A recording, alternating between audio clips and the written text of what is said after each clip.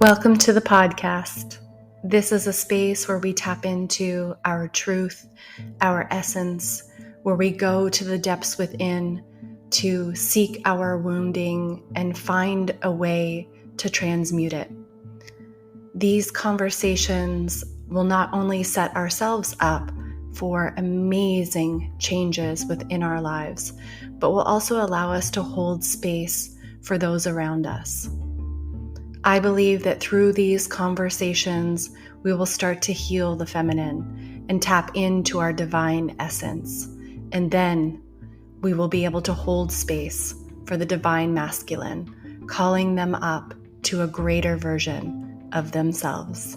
Let's dive in. Good morning, beautiful souls. I'm excited to be here this morning to have this conversation with you. I feel like I say that every time, but I mean it. It's not just something I say. Every time I come on here, I feel it. I feel like I'm just so excited to tap in and share what is bubbling up inside of me. I feel so grateful to have this space to share all of the inner workings of my mind out into the world. It just feels like such a blessing. And what I'm bringing to you today was spawned from a short little video clip of somebody having a conversation talking about their favorite quote and what has spawned a lot for them. And that quote was, "The magic you are looking for is in the work you are avoiding." And when I saw this, I was like, yes. And it made me reflect on made me reflect on the past, made me reflect on why that feels so resonant for me now. And, the past parts of me that avoided things like it was my job, and just having so much love and compassion for that version of me. There was a very long time, and when I say very long time, I'm 39 now. Let's go decades, 10 to 20 years of avoiding. I tried to become a master of avoiding, of controlling my emotions. Oh my gosh, I craved control at every little inch or corner where I could find control in my life, especially over the way that I felt, what I was going to experience, trying to make sure I knew what to anticipate before things ever happened. I just craved so much control in my life because internally I felt so out of control. I was very disconnected from my body. And over time, when I look back, what I really see is somebody who just didn't know how to hold the capacity of her bigness, didn't know how to hold her emotions, and was deeply, deeply afraid of experiencing them. Afraid of how big they would be, afraid of how insurmountable it would feel, afraid of really just my own capacity and my own power, and not knowing how to navigate that, not being, really taught how to sit with my feelings or tap in with my body or check in with myself and what it is that I wanted. And so my feelings and my emotions almost became like the monster under the bed. There was just so much deep fear of what could be, like your imagination just running wild with, what one could uncover. It felt like Pandora's box to me. I didn't really want to experience any emotions. I wanted to stuff them deep down to the depths of, I wanted to put them in a box, wrap them up in a chain with multiple locks, and throw them into the depths of the ocean, never to be uncovered. And it felt like if I opened that box or I entertained any one part of it, I was just so afraid of the lid flying open. I was so afraid of it being uncontrollable and not knowing what to anticipate.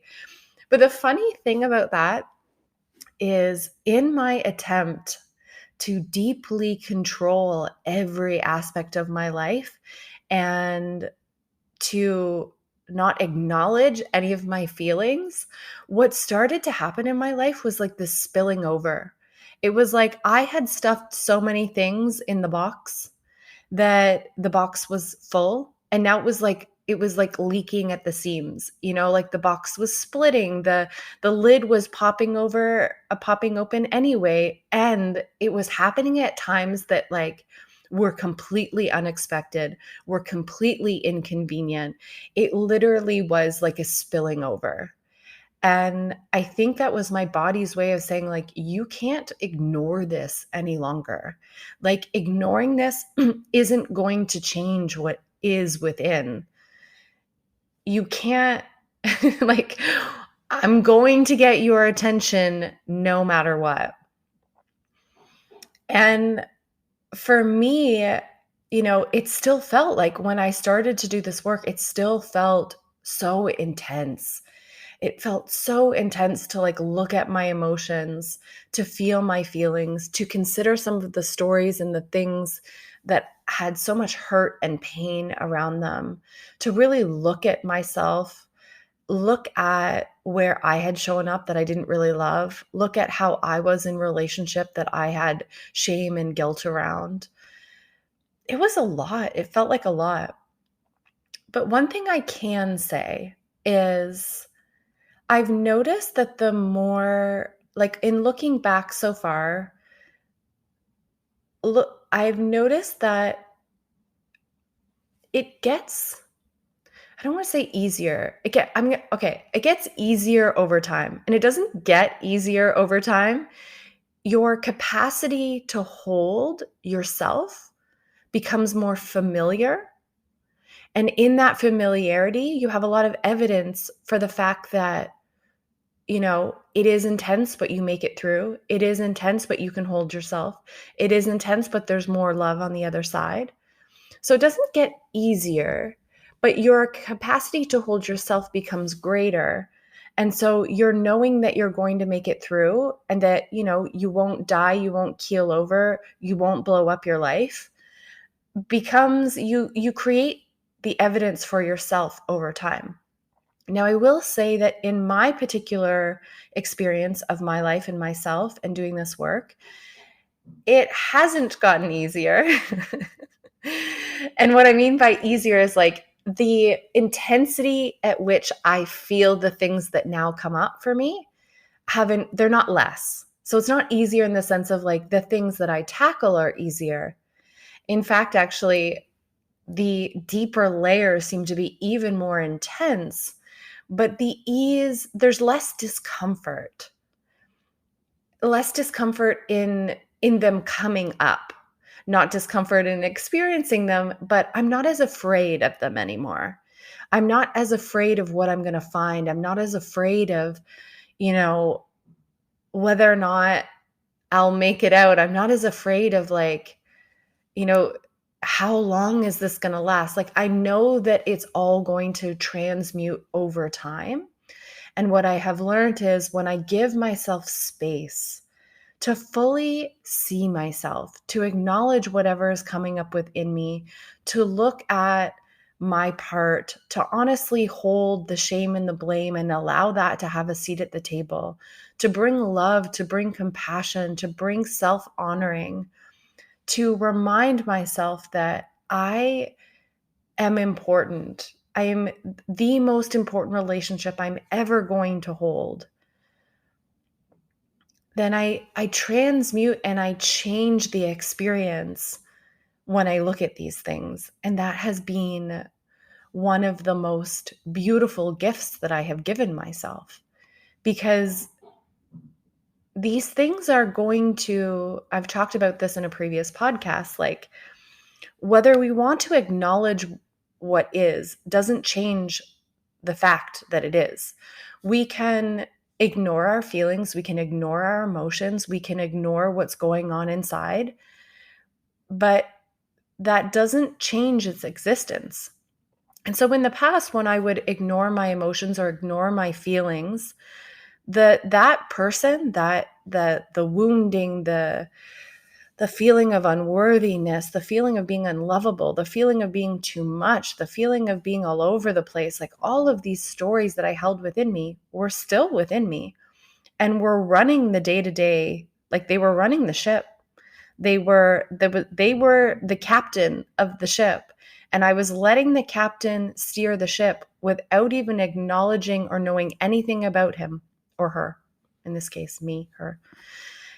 I was I was just letting something control my life and control all of my outcomes, control my way of being, and not wanting to look at it.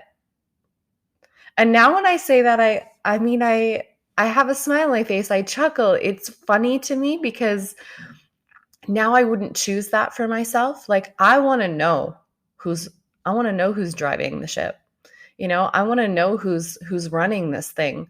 And I want to have conversations with those parts of me to see whether or not it's in alignment with where I want to go and what I want to do. And for the things that aren't, the things that I'm ready to look at, the things that I'm ready to uncover within myself, really sitting and holding space for those parts and letting them come up and letting them be experienced, having conversations, not having conversations with myself, but contemplating where these ideas and stories come from, what else might be available, what do I want to step into? And if there's no evidence in my life currently if for that being possible, is there evidence around me of other people making it and believing that it's possible? And if that's not the case, can I hold the belief within myself that the desire of something different has been planted or seeded within me because it's within me to realize? Can I step into where I want to go with deep trust and faith that just the desire itself is bringing me towards the evolution of it being so? And so this whole podcast is really, I hope it's an encouragement for you to consider where you might be shying away from some of the things that need attention. Where might you be seeking validation outside of yourself? Where may you have connected or disconnected from your body? Where might you be looking for validation, love, acceptance, belonging outside of you? These are all things that I experienced within myself. Not wanting to address my emotions and my feelings. The only way or the way that I coped with that over time was to disconnect from my body. I became very disconnected from my body, very disconnected from my truth, very disconnected from my essence, very disconnected from my needs, very disconnected from what it is that my body was even trying to say to me.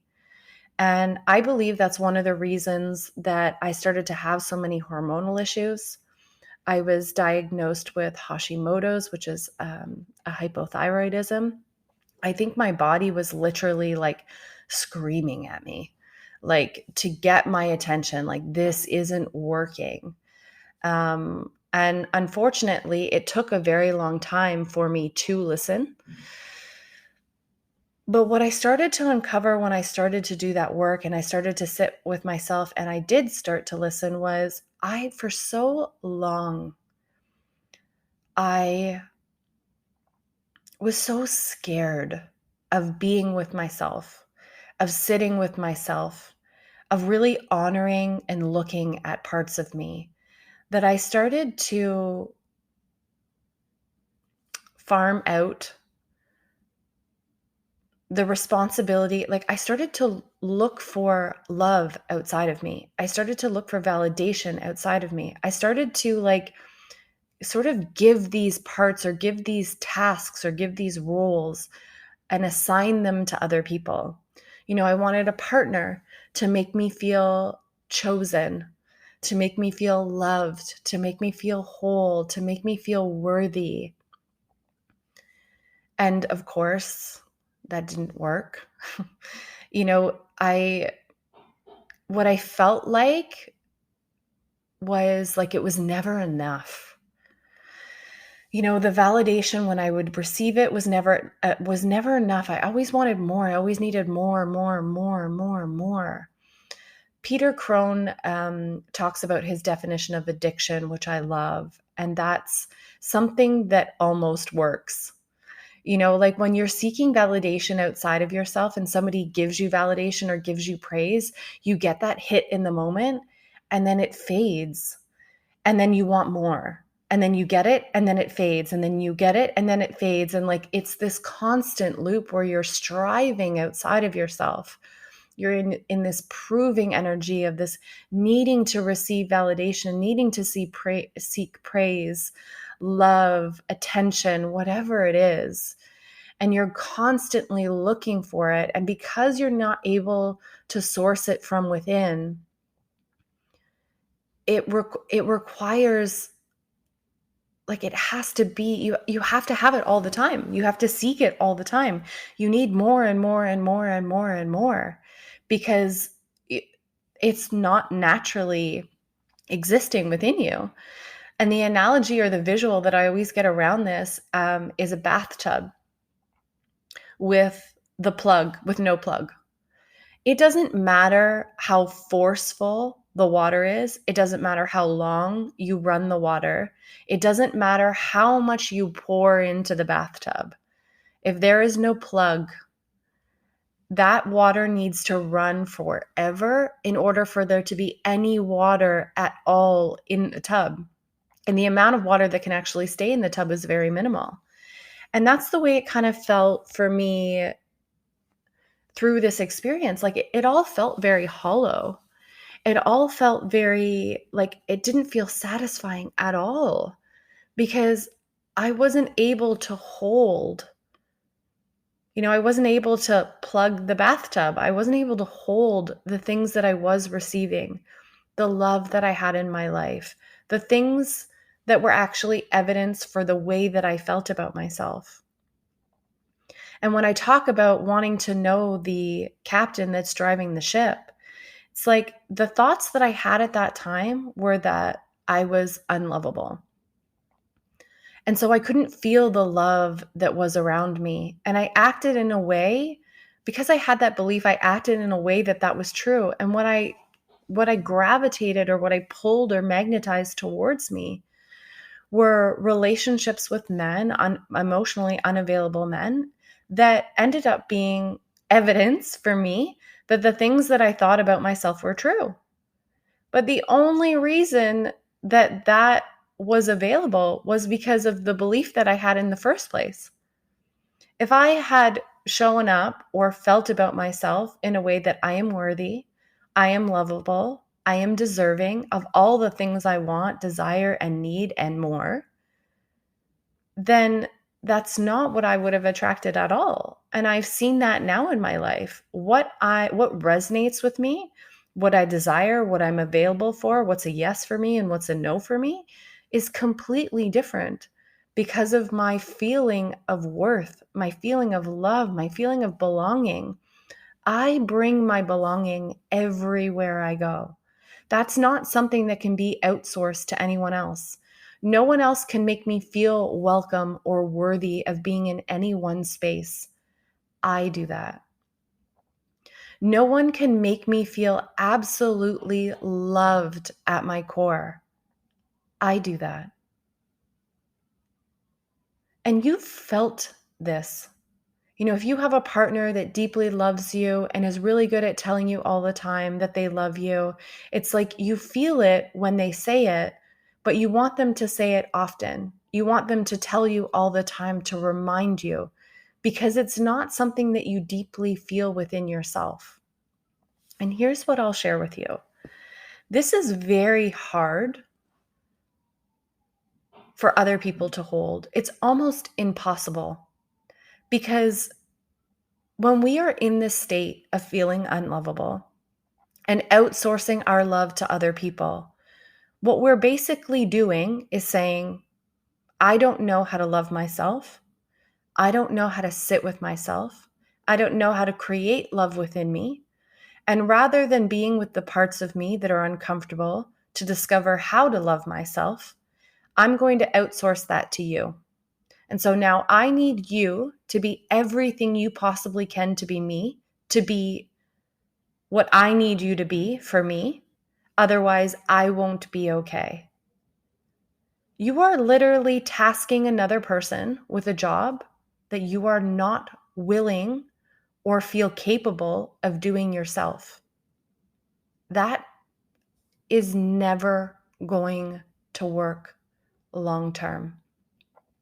I have been on both sides of this coin. I have been the one that has outsourced, and I have been the one that has been the source for somebody else that felt like they couldn't, they needed me to be that for them.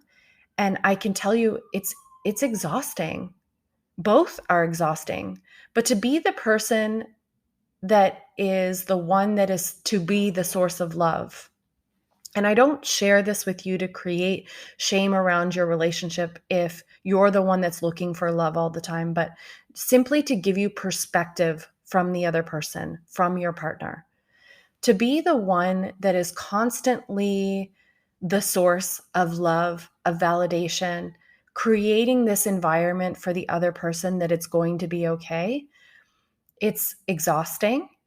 And it creates a tremendous amount of fear because it doesn't feel in the moment like you have a lot of space to be human. You not only have to tend to yourself as that person that's the source of love for another, but you have to make sure the other person is full so that they don't fall apart, which would make, your life a little bit more challenging. So you are trying to source love for two people. And it breaks down over time.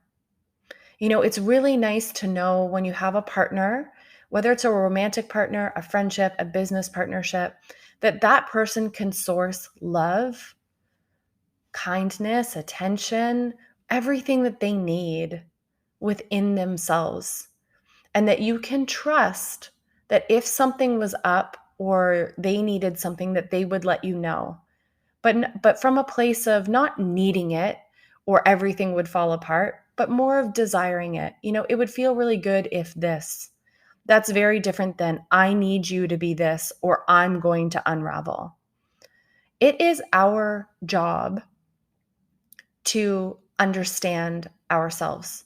We are responsible for ourselves, depending on, we can also be responsible for other people, but truly, we are the most responsible for ourselves. It is our job to make sure that we can navigate ourselves, that we learn to pay attention to what it is that we need so that we can honestly, openly, and in a heart centered way ask for what it is that we need, not from our trauma, not from our protection mechanisms, not from our feeling of we aren't going to be okay if people don't give us what we want, but from our true heart centeredness of this is what feels really good for me. This is what I like in relationship. This is what I need. This is what I desire. This is what I hope for. That is so much different than feeling like your world is going to fall apart if you don't get what it is that you want. So, my invitation to you through all of this, and my hope is that you can start to look at some of the things of where you're at. Where do you seek validation outside of yourself? Where do you seek attention? Where do you seek love? Where do you seek understanding? And where might this be a call back to yourself to look at the parts of you that want attention, not from anyone else, but from you? Because in my experience, the one that I had been longing for my whole life was actually me. I thought it was people outside of me. I thought it was my dad. I thought it was a partner. I thought it was a friend. But really, what it was, when I realized how to source love, affection, attention, honoring, peace, creativity, when I learned how to source everything within me, all of my relationships deepened. The way that I showed up in the world was completely different. I was able to bring my belonging. I was able to hold space for other people. I was able to know without a shadow of a doubt that I was worthy of all the things that I wanted. That doesn't mean that things didn't come up. We're all human. But that general belief of like being enough, being worthy, feeling really good in my own skin came from a cultivation of a deep, loving relationship with myself. And for me, that only became available when I was willing to sit with all parts of me, the trauma, the blame, the shame, the overwhelm, the pain, the grief, the hurt, all of it. When I was willing to sit and look at all parts of me and start to hold space for all that was, I was able to start to create a connection again with my body, to hear what my body was telling me. I was able to resolve issues with my thyroid. I was able to resolve issues I had in relationship, no longer attracting the things I was attracting before. I was able to deepen all of my friendships and my familial relationships. There is so much available to you if you can muster the courage and the bravery to sit with yourself, to start to do this work, and to look at everything that is within. I wish you all the best on your journey of self-discovery, and I cannot wait to see what comes up for you. I love you. I will see you soon.